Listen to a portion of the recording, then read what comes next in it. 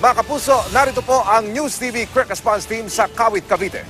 Dito po dinala ang 6 na suspect sa pagdukot sa 10 kapwa Chino na napisto sa magkahiwalay na operasyon dito po sa Kawit at sa bayan ng Noveleta. Kuha po iyan sa paglusob ng mga otoridad sa isang bahay, sa isang subdivision sa bayan ng Noveleta na sinasabing safe house ng mga suspect.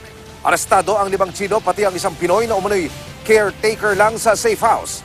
Nasagip din ang 8 pang mga kabayan nilang Chino na sinasabing ikinulong doon. Ang paglusob sa Noveleta ay follow-up sa naunang pagsagip ng pulisya sa bayan naman ng Kawit sa isang Chinong tumatakbong nakaposas. Sa tulong ng isang translation device, sinabi niya sa mga pulis na dinukot siya ng mga kapwa Chino sa Pasay City noong linggo. Dinala sa bayan ng Kawit, mabuti at nakatakas. Naaresto sa Kawit ang isang suspect na Chino habang hinahanap ang 2 iba pa. Lumalabas sa investigasyon na naglalaro sa kasino ang mga biktima at nabaon sa utang mula sa mga kababayan nilang financier. Dahil hindi makabayad, dinukot daw ang mga biktima at dinala sa safe house kung saan pinakakausap sila sa mga kaanak sa China para piliting magbayad. Kaugnay po ng istoryang yan, mga kapuso, kumuha tayo ng update. Makapiling natin live ang hepe ng Kawit, Cavite, Philippine National Police, si Police Major Richard Corpus. Major Corpus, magandang hapon. Welcome po sa QRT. Unang-una, sir, latest po sa isinasagawa ninyong investigasyon sa kaso na ito. So yun nga po, ngayon po isasampahan na natin ang mga na-arrestong suspect ng kasong kidnapping and serious illegal detention. And yung nahuling Pilipino ay sasampahan po natin ng violation of illegal possession of firearms. Major Corpus, established po ba na meron talagang kidnapping at meron hong illegal detention dito po sa particular na kaso na ito? Opo, maliwanag po yon. Ang mga biktima po ay kinuha po sa mga kasino sa Manila and then dinala po rito sa bayan ng Kawit. Nagkaroon po sila ng isang safe house sa isang subdivision and then doon nila i-detain yung mga Chinese na hindi makabayad ng utang sa kanila. Ano po ang una-una, sir? Legal bang manirahan o tumigil dito sa Pilipinas yung mga biktima, yung mga tumatayong complainant dito sa kaso, maging yung mga itinuturong dumukot sa kanila, sir? Sa ngayon po, nagkaroon po tayo ng coordination sa ating Bureau of Immigration nang sa ganoon ay malaman natin kung anong status ng kanilang pananatili dito sa Pilipinas. Ngayon ay hinihintay na lang po natin na report mula sa Bureau of Immigration. Ano ito, sir? Ano nakikita nyo? Talagang racket ito? Modus itong kapag ka hindi nakababayad, lulong at tumon ka sa kasino ganyan ang gagawin? Opo, siguro sa dami po ng na-rescue nating biktima, ay isa po itong modus na nag-ooperate dito sa ating bansa na kung saan ang mga dayuhan ay binibiktima rin po ng kapwa dayuhan. Major, baka pwede nyo i-brief ang ating mga taga-subaybay. Ano-ano po ang papel nito mga suspect? Dahil we believe meron pa kong isang Pilipino rin kayo na aresto. Po, yung ating mga suspect, sila po yung mga nagme-maintain at nagbabantay doon sa mga safe houses na tukoy natin. And then yung Pilipino, katulong din nila sa pagbabantay na kung saan nga ay tinatakot nila at sinasaktan yung mga biktimang Chinese nationals. Meron ho kayong background information kung anong trabaho nitong mga tinukot nila, sir? So yung iba po rito ay nagtatrabaho po sa mga online gaming din.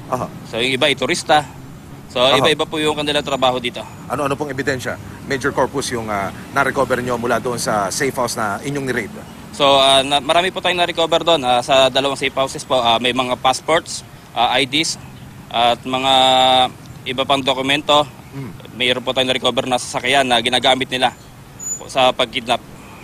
Hindi po ba kayo nahihirapan sa pakikipag-usap sa kanila, sir? Meron ko yung gumamit kayo ng device pero hindi po ba kayo nahihirapan?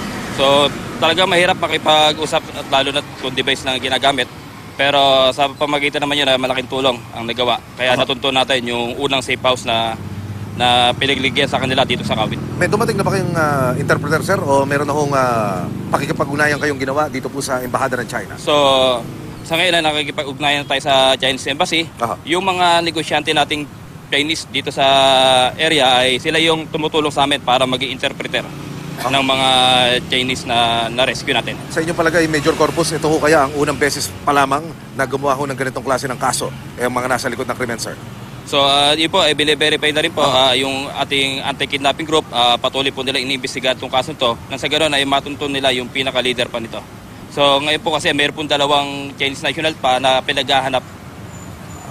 Ulitin lang lamang natin, sir, ilan pa ho yung hinahanap ng... Dalawa po yun. Dalawa pa. Apo. Ayon sa inyong investigasyon, ilang buwan na silang tumitigil dito sa safe house na kanilang... inupahan ba ito, sir? Opo, inupahan po ito. Sa unang safe house po ay magdadalawang buwan na sila. Doon po sa pangalawa ay mag-iisang buwan. Aha. So, Aha. Ano po magiging disposisyon ng Philippine National Police dito, Major Corpus? kami po sa PNP ay patuloy po namin babantayan ang mga gatong gawain at patuloy naming imbestigahan nung sa ganoon ay mapreventa natin ang mga ganitong modus dito sa atin. Initially, Major Corpus, ano mga kaso ang inihahanda ng Kawit PNP laban sa mga inaakusahan? So, kaso pong kidnapping and serious illegal detention and violation of RA 10591, yung pong illegal possession of firearms, yun po yung mga isinasampa natin sa mga nahuli natin suspects. May mga baril ba kayo nakuha, Major Corpus? Opo, mayroon lang po isang 9mm firearms na ngayon po ay isasabit natin sa SOCO para ma-examine. Na-monitor ko rin doon sa report, Major Corpus, na umihingi sila ng pantubos sa kanilang mga kaanak na nasa mainland China. Apo. Na, naging malinaw ho ba sa inyo? Magkano ho, sir? Baka pwede nyo kami bigyan pa ng brief information. Depende po ako sa utang ng kanilang kamag-anak na biktima. Kung ito'y pinapatungan po nila to ng 20% kada araw. So ang iba po ay mayroong utang na 200,000, mayroong 100, at ang iba po ay may milyon po. Matagal na ba sila rito, Major Corpus? Dito po sa Kawit, bago pa lang po sila. So yung kanilang pananatili dito, yun pa po yung iniimbestigahan natin. Apo. Ano ho ang nais nyo pang sabihin, mga mensahe ho sa ating mga kababayan? Sa ating po mga kababayan, kung kayo po ay merong nakikita na ganitong gawain, na lalo na po sa mga executive subdivisions, ating po bantayan, lalo na po yung mga nangungupahan, ating bantayan ang ating mga subdivision na sa ganon ay paprevent na natin o maiwasan na yung mga ganitong gawain at mahuli natin ang mga taong gumagawa nito. Mga kapuso, ang hepe ng Kawit Cavite PNP, si Police Major Richard Corpus. Hepe, maraming salamat. Magandang hapon po.